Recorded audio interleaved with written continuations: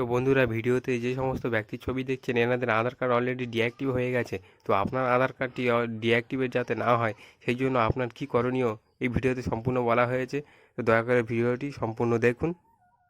তো বন্ধুরা, ভারত সরকার বর্তমানে প্রচুর আধার কার্ড ডিঅ্যাক্টিভেট করে দিচ্ছে, যার ফলে আধারের সাথে যা লিঙ্ক হয়ে আছে সেগুলো রিজেক্ট হয়ে যাবে অটোমেটিক। যেমন bank account, pan card, mobile number, ration card, voter card, IT file, উদ্যম আধার সহ যাবতীয় কাজ। আপনারা সতর্ক হয়ে যান। এই মুহূর্তে আপনারা কি করবেন, আপনাদের করণীয় কি?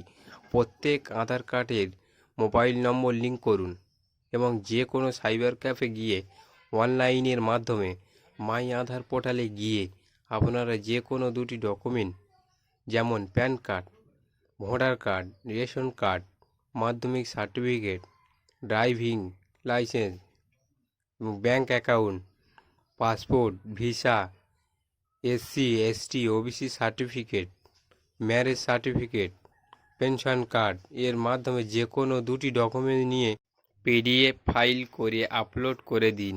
আপনার আধার বন্ধ হয়ে গেলে আগামী দিনে অনেক সমস্যার সম্মুখীন হতে হবে। আগামী 14ই মার্চ পর্যন্ত নাগরিককে ভারত সরকারের জন্য কোনো রকম ফিজ বা পেমেন্ট নেবে না। কেবলমাত্র সাইবার ক্যাফে অল্প একটু খরচে আপনারা দয়া করে এই ডকুমেন্টসগুলো আপলোড করিয়ে নিন, যাতে আপনার আধার কার্ড ডিঅ্যাক্টিভেট না হয়। তো বন্ধুরা, ভিডিওটি ভালো লাগলে চ্যানেলটিকে সাবস্ক্রাইব করে ভিডিওটিতে একটি লাইক দিয়ে দিন, যাতে ভিডিওটি আরও 5 জনের কাছে পৌঁছাতে পারে।